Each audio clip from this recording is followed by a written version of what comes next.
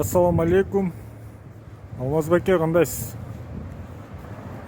Германиядан салам. Бүгін 20 январ.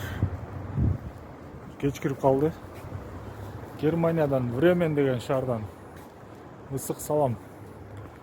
Жалпы сиздин катталуучуларыңызга, негизи сиздин менетиңиз кыргыз элине билинбеген менен, бааланбаган менен жакшы менет кылып атасыз да. Көпчүлүк адамдардын мындай жолун ачып, мотивация берип, көп адамдарга жашоосунун өзгөрүшүнө, жакшы жака өзгөргөнүнө сиз себепкер болуп атасыз да.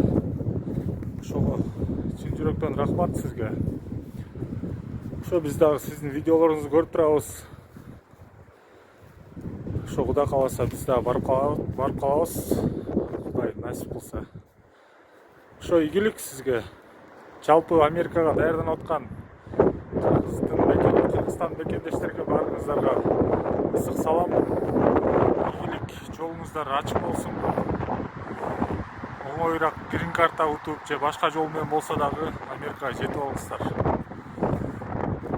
Германиядан дайыр жол салам.